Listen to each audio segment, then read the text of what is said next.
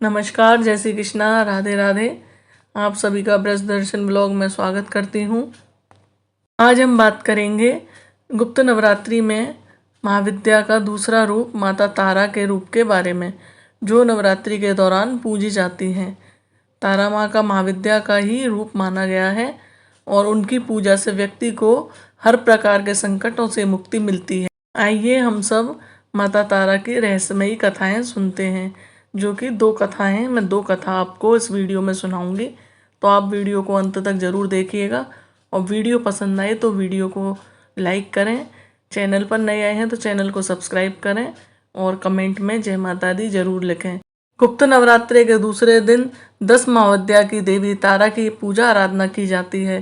तारा देवी को शमशान की देवी भी कहा जाता है, साथ ही उन्हें मुक्तिदात्री भी कहा जाता है। हिंदू ही नहीं, बौद्ध धर्म में भी तारा देवी की विशेष पूजा अर्चना की जाती है। पुराणों में वर्णित कथाओं के अनुसार भगवान बुद्ध ने तारा माँ की आराधना की थी। बुद्ध देव के अलावा गुरु वशिष्ठ ने भी पूर्णता प्राप्त करने के लिए देवी तारा की आराधना की थी। यह मान्यता है कि समुद्र मंथन के समय जब अमृत प्राप्त हुआ, तब दैत्यों और देवताओं के बीच इसे प्राप्त करने के लिए संघर्ष हुआ।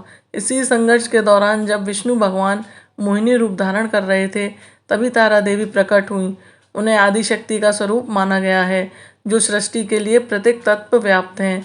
महाशक्तियों में एक तारा देवी, 10 महाविद्याओं में देवी तारा को माँ सरस्वती और माँ सिद्धि का भी रूप माना गया है। कथाओं के अनुसार यह कहा जाता है कि जब सृष्टि का विनाश हो रहा था और चारों ओर अंधकार छा गया था, तब तारा देवी अपने शक्तिशाली रूप में प्रकट होकर ब्रह्मांड को नष्ट होने से बचाया और सृष्टि का पुनः सृजन किया था। पौराणिक कथाओं के अनुसार देवी तारा की उत्पत्ति उस समय व्यक्त हुई थी जब समुद्र मंथन से विष निकला, जिसे भोलेनाथ ने ग्रहण किया था। विष के ग्रहण करते ही शिव जी के शरीर में बहुत ज़्यादा जलन और पीड़ा होने लगी। भगवान शिव के शरीर से विष का ताप को कम करने के लिए माँ काली ने दूसरा रूप धारण किया और भगवान शिव को बाल स्वरूप में गोद में लेकर स्तनपान कराया, जिसके बाद भोलेनाथ के शरीर की जलन कम हुई और तभी से माँ काली के इस दूसरे रूप का नाम माँ तारा के नाम से जाना गया। अब मैं आपको सुनाऊंगी माता तारा की दूसरी कथा, जो कि जागरण के बाद की जाती है। तो आइए सुनते हैं माता तारा की दूसरी कथा। माँ दुर्गा का जागरण में वैसे भी साल भर में कभी भी आयोजित किया जा सकता है, लेकिन नवरात्रि में अष्टमी और नवमी तिथि पर माता रानी के जागरण का विशेष तौर पर आयोजन कई जगहों पर किया जाता है। लेकिन क्या आप जानते हैं, माता रानी का जागरण बिना तारा रानी की कथा के अधूरा माना गया है। कथा के अनुसार एक राजा था जिसका नाम स्पर्श था। वह माँ भगवती का बहुत बड़ा पुजारी था। वह रात दिन माँ दुर्गा की पूजा करता था। माँ ने भी उन्हें राजपाट, धन दौलत, ऐशो आराम के सभी साधन दिए हुए थे। कमी थी तो सिर्फ यह है कि उनके घर कोई भी संतान नहीं थी। यह गम ही उन्हें दिन रात सताता रहता था। वो माँ से यही प्रार्थना करते थे कि हे माँ, उन्हें एक संतान दे ताकि उनका वंश चलता रहे। माँ ने उनकी पुकार सुन ली।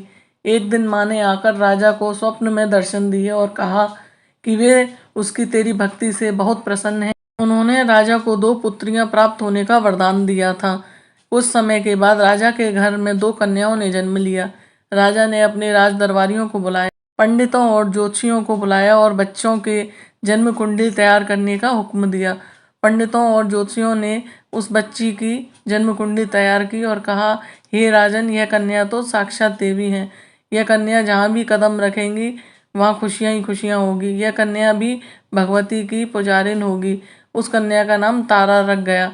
थोड़े समय बाद राजा के घर वरदान के अनुसार एक और कन्या ने जन्म लिया। मंगलवार का दिन था। पंडितों और ज्योतिषियों ने जब जन्म कुंडली तैयार की तो उदास हो गए। राजा ने उदासी का कारण पूछा तो वे कहने लगे, महाराज, यह कन्या आपके लिए शुभ नहीं है। राजा ने उदास होकर ज्योतिषियों से पूछा कि मैंने ऐसे कौन से बुरे कर्म किए हैं जो कि इस कन्या ने मेरे घर में जन्म लिया है। उस समय ज्योतिषियों ने अपनी ज्योतिष लगाकर बताया और कहने लगे कि ये दोनों कन्याएं जिन्होंने आपके घर जन्म लिया है, पिछले जन्म में वे राजा इंद्र की अप्सराएं थीं। इन्होंने सोचा कि हम भी मृत्यु लोक में भ्रमण करके आएँ तथा देखें कि मृत्यु लोक में किस तरह के लोग रहते हैं। दोनों ने मृत्यु लोक पर आकर एकादशी का व्रत रखा। बड़ी बहन का नाम तारा था, छोटी बहन का नाम रुकमन। बड़ी बहन तारा ने अपनी छोटी बहन से कहा कि रुकमन, आज एकादशी का व्रत है, हम लोगों ने आज भोजन नहीं खाना, तू बाजार जाकर फल ले आ। रुकमन बाजार फल लेने गई, तब वहाँ उसने मछली के पकौड़े बनते देखे।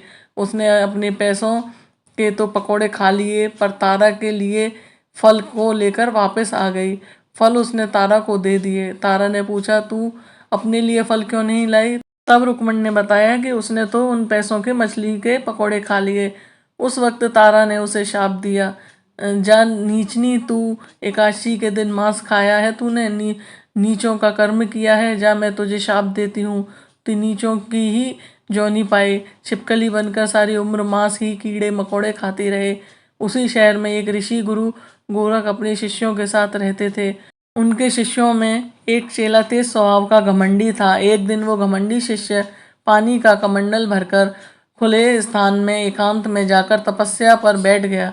वो अपनी तपस्या में लीन था। उसी समय उधर एक प्यासी कपिला गाय आ गई। उस ऋषि के पास पड़े कमंडल में पानी पीने के लिए उसने मुंह डाला और सारा पानी पी गई। जब कपिला गाय ने मुंह बाहर निकाला तो खाली कमंडल की आवाज़ सुनकर उस ऋषि की समाधि टूटी। उसने देखा कि गाय ने सारा पानी पी लिया था। ऋषि ने गुस्से में उस कपिला गाय को बहुत बुरी तरह चिमटे से मारा। यह गाय लहूलुहान हो गई। यह खबर गुरु गोरख को मिली। उन्होंने जब कपिला गाय की हालत देखी तो उस ऋषि को बहुत बुरा भला कहा और उसी वक्त आश्रम से निकाल दिया। गुरु गोरख ने गाय माता पर किए गए पाप से छुटकारा पाने के लिए कुछ समय बाद एक यज्ञ रचाया। इस यज्ञ का पता उस शिष्य को भी चला जिसने कपिला गाय को मारा था। उसने सोचा कि वह अपने अपमान का बदला जरूर लेगा। यज्ञ शुरू हो गया। उस चेले ने एक पक्षी का रूप धारण किया और चोंच में सर्प लेकर भंडारे में फेंक दिया, जिसका किसी को पता न चले। एक छिपकली जो पिछले जन्म में तारा देवी की छोटी बहन थी तथा बहन के शाप को स्वीकार कर छिपकली बनी थी, सर्प का भंडारे में गिरना देख रही थी। उसे त्याग व परोपकार की शिक्षा अब तक याद थी। वह भंडारा होने तक घर की दीवार पर चिपकी समय की प्रतीक्षा कर रही थी। कई लोगों के प्राण बचाने हेतु उसने अपने प्राण न्यौछावर कर लेने का मन में निश्चय किया। अब खीर भंडारे में दी जाने वाली थी। बांटने वालों की आंखों के सामने वह छिपकली दीवार से कूदकर कढ़ाई में जा गिरी। वहाँ नादान लोग छिपकली को बुरा भला कहते हुए खीर की कढ़ाई को खाली करने लगे। उन्होंने उसमें मरे हुए सांप को देखा। तब सबको मालूम हुआ कि छिपकली ने अपने प्राण त्याग कर सबके प्राणों की रक्षा की है। उपस्थित सभी सज्जनों और देवताओं ने उस छिपकली के लिए प्रार्थना की कि उसे सब योनियों से उत्तम मनुष्य योनि प्राप्त हो तथा अंत में यह मोक्ष को प्राप्त करे। तीसरे जन्म में वह छिपकली राजा स्पर्श के घर कन्या जन्मी। दूसरी बहन तारा देवी ने फिर मनुष्य जन्म लेकर तारामती नाम से अयोध्या के प्रतापी राजा हरिश्चंद्र से विवाह किया। राजा ने ज्योतिषियों से कन्या की कुंडली बनवाई। ज्योतिषियों ने राजा को बताया कि कन्या आपके लिए हानिकारक सिद्ध होगी, शकुन ठीक नहीं है, अतः आप इसे मरवा दीजिए। राजा बोले, लड़की को मरवाने का पाप बहुत बड़ा है, मैं उस पाप का भार नहीं बन सकता।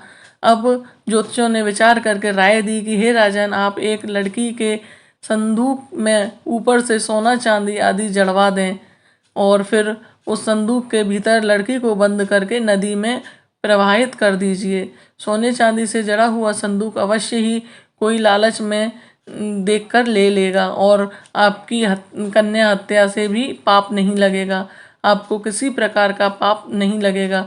ऐसा ही किया गया और नदी में बहता हुआ संदूक काशी के समीप एक भंगी को दिखाई दिया। वह संदूक को नदी से बाहर निकाल के ले आया।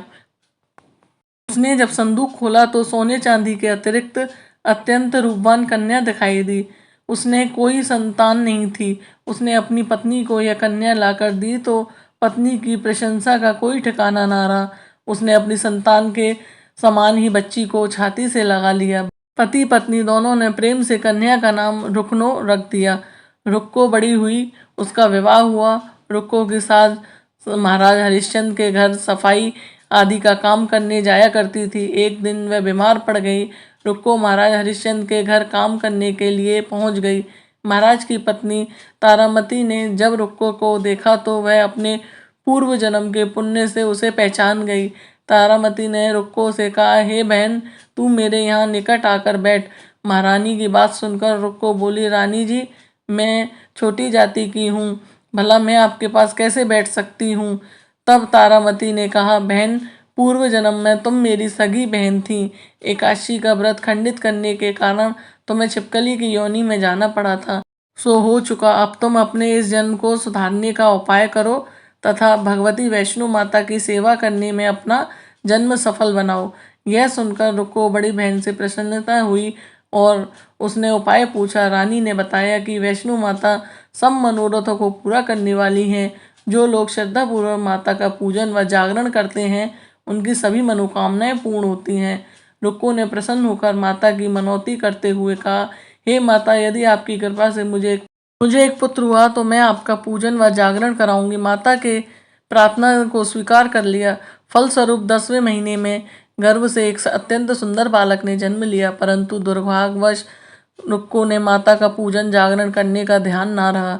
जब वह बालक 5 वर्ष का हुआ तो एक दिन उसे माता चेचक निकल आए। रुक्को दुखी होकर अपने पूर्व जन्म की बहन तारामती के पास गई और उसने बच्चे की बीमारी का सब वृतांत कह सुनाया। तब तारामती ने कहा, तू जरा ध्यान करके देख कि तुझने माता के पूजन की कोई भूल तो नहीं हुई।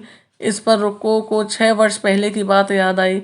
उसने अपराध स्वीकार कर लिया। उसने फिर मन में निश्चय किया कि बच्चे को आराम आने पर जागरण अवश्य कराऊंगी। भगवती कृपा से बच्चा दूसरे ही दिन ठीक हो गया। तब रुक्को ने देवी के मंदिर में ही जाकर पंडित से कहा कि मुझे अपने घर माता का जागरण कराना है, अतः आप मंगलवार को मेरे घर पधार कर कृतार्थ करें। पंडित जी बोले, अरे रुक्को, तू यहीं 5 रुपये दे, हम तेरे नाम का मंदिर में ही जागरण करवा देंगे। तू छोटी जाति की है स्त्री, इसलिए हम तेरे घर देवी का जागरण करने नहीं आ सकते। रुक्को ने कहा, हे पंडित जी, माता के दरबार में कोई छोटा बड़ा नहीं होता, ऐसा कोई विचार नहीं होता। वे तो सब भक्तों पर समान रूप से कृपा करती हैं, अतः आपको कोई ऐतराज नहीं होना चाहिए। इस पर पंडित जी ने आपस में विचार करके कहा कि यदि महारानी तुम्हारे जागरण में पधारें तब तो हम स्वीकार कर लेंगे। यह सुनकर रुक्को महारानी के पास गई और सब वृतांग कह सुनाया। तारामती ने जागरण में सम्मिलित होना सहस्त्र स्वीकार कर लिया। जिस समय रुक्को पंडितों से यह कहने के लिए गई, महारानी जी जागरण में आएंगी, उस समय सेन नाई वहाँ था। उसने सब सुन लिया और महाराज हरिश्चंद्र को जाकर सूचना दी। राजा को सेन नाई की बात पर विश्वास नहीं हुआ। महारानी भंगियों के घर जागरण में नहीं जा सकती, फिर भी परीक्षा लेने के लिए उसने रात को अपनी उंगली पर थोड़ा सा चीरा लगा लिया जिससे नींद ना आए। रानी तारामती ने जब देखा कि जागरण का समय हो रहा है परंतु महाराज की नींद नहीं आ रही तो उसने माता वैष्णो देवी से मन ही मन प्रार्थना की, हे माता, आप ऐसी कोई उपाय बताएं जिससे राजा को सुला दें ताकि मैं जागरण में सम्मिलित हो सकूं। राजा को नींद आ गई। तब तारामती रोशनदान में रस्सा बांधकर महल से उतरी और रुक्को के घर जा पहुंची। उस समय जल्दी के कारण रानी के हाथ से रेशमी रुमाल तथा पाँव का एक कंगन रास्ते में ही गिर पड़ा। उधर थोड़ी देर बाद राजा हरिश्चंद्र की नींद खुल गई। तब वह रानी को वहाँ पर ना पाकर वहाँ निकल पड़ा। उसने मार्ग में कंगन व रुमाल देखा। राजा ने दोनों चीज़ें रास्ते में उठाकर अपने पास रख लीं और जहाँ जागरण हो रहा था वहाँ जा पहुँचा और एक कोने में चुपचाप बैठकर दृश्य देखने लगा। जब जागरण समाप्त हुआ तो सबने माता की अरदास की। उसके बाद प्रसाद बांटा गया। रानी तारामती को जब प्रसाद मिला तो उसने झोली में रख लिया। यह देख लोगों ने पूछा, आपने प्रसाद क्यों नहीं लिया? यदि आप ना खाएंगी तो यहाँ कोई भी प्रसाद नहीं खाएगा। रानी बोली, तुमने प्रसाद दिया वह मैंने महाराज के लिए रख लिया, अब मुझे मेरा प्रसाद दे दें। अब की बार प्रसाद ले तारा ने खा लिया। इसके बाद सब भक्तों ने माँ का प्रसाद खाया। इस प्रकार जागरण समाप्त करके प्रसाद खाने के पश्चात रानी तारामती महल की तरफ चल दी। तब राजा ने आगे बढ़कर तारामती का रास्ता रोक लिया और कहा, तूने नीचों के घर का प्रसाद खा अपना धर्म भ्रष्ट कर लिया है। अब मैं तुझे अपने घर में कैसे रखूं? तूने तो कुल की मर्यादा व प्रतिष्ठा का कोई भी ध्यान नहीं रखा। जो प्रसाद तू अपनी झोली में मेरे लिए लाई है उसे खिला जिसे तू अपवित्र करना चाहती है। ऐसा कहते हुए जब राजा ने झोली की ओर देखा तो भगवती की कृपा से प्रसाद के स्थान पर उसमें चंपा, गुलाब, गेंदे के फूल, कच्चे चावल और सुपारियां दिखाई दी। यह चमत्कार देख राजा आश्चर्यचकित रह गया। राजा हरिश्चंद्र रानी तारा के साथ लेकर महल लौट आए। वहीं रानी ने ज्वाला मैया की शक्ति से बिना माचिस या चकमक पत्थर की सहायता के राजा को अग्नि प्रज्वलित करके दिखाई, जिसे देखकर राजा का आश्चर्य और बढ़ गया। रानी बोली, प्रत्यक्ष दर्शन पाने के लिए बहुत बड़ा त्याग होना चाहिए। यदि आप अपने पुत्र रोहिताक्ष की बलि दे सकें तो आपको दुर्गा देवी के प्रत्यक्ष दर्शन हो जाएंगे। राजा के मन में तो देवी के दर्शन की लगन हो गई थी। राजा ने पुत्र मोह त्याग कर रोहिताक्ष का सिर देवी को अर्पण कर दिया। ऐसी सच्ची श्रद्धा एवं विश्वास देख दुर्गा माता सिंह पर सवार हो उसी समय प्रकट हो गईं और राजा हरिश्चंद्र को दर्शन करके कृतज्ञ कर दिया। मरा हुआ पुत्र भी जीवित हो गया। चमत्कार देख राजा हरिश्चंद्र गदगद हो गए। उन्होंने विधि पूर्वक माता का पूजन करके अपराधों की क्षमा मांगी। इसके बाद सुखी रहने का आशीर्वाद मांगा तो माता आशीर्वाद देकर अंतर ध्यान हो गईं। राजा ने तारा रानी की भक्ति की प्रशंसा करते हुए कहा, तारा, तुम्हारे आचरण से अति प्रसन्न हूँ। मेरे धन्य भाग जो तुम मुझे पत्नी स्वरूप में प्राप्त हुई। उपयुक्त सुख भोगने के पश्चात राजा हरिश्चंद्र, रानी तारा एवं रुक्मण तीनों ही मनुष्य योनि से छूटकर देवलोक को प्राप्त हो गए। माता के जागरण में तारा रानी की कथा को जो मनुष्य भक्ति पूर्वक पढ़ता या सुनता है उसकी माता सभी मनोकामनाएं पूर्ण करती हैं, सुख समृद्धि बढ़ती है, शत्रुओं का नाश होता है। तो भक्तों, यह तारा रानी माँ के दूसरे स्वरूप का विवरण था। आशा है कि आपको मेरी ये जानकारी पसंद आई होगी। अगर आपको हमारी ये वीडियो आज की पसंद आई है तो कृपया कर मेरी इस वीडियो को लाइक करें, शेयर करें और ब्रज दर्शन ब्लॉग चैनल को सब्सक्राइब करना ना भूलें। कमेंट सेक्शन में मुझे बताएं कि आपको और किस विषय में वीडियो चाहिए। अगली वीडियो में हम जानेंगे महाविद्या के तीसरे रूप के बारे में। तब तक के लिए धन्यवाद। जय श्री कृष्णा, राधे राधे, जय माता की।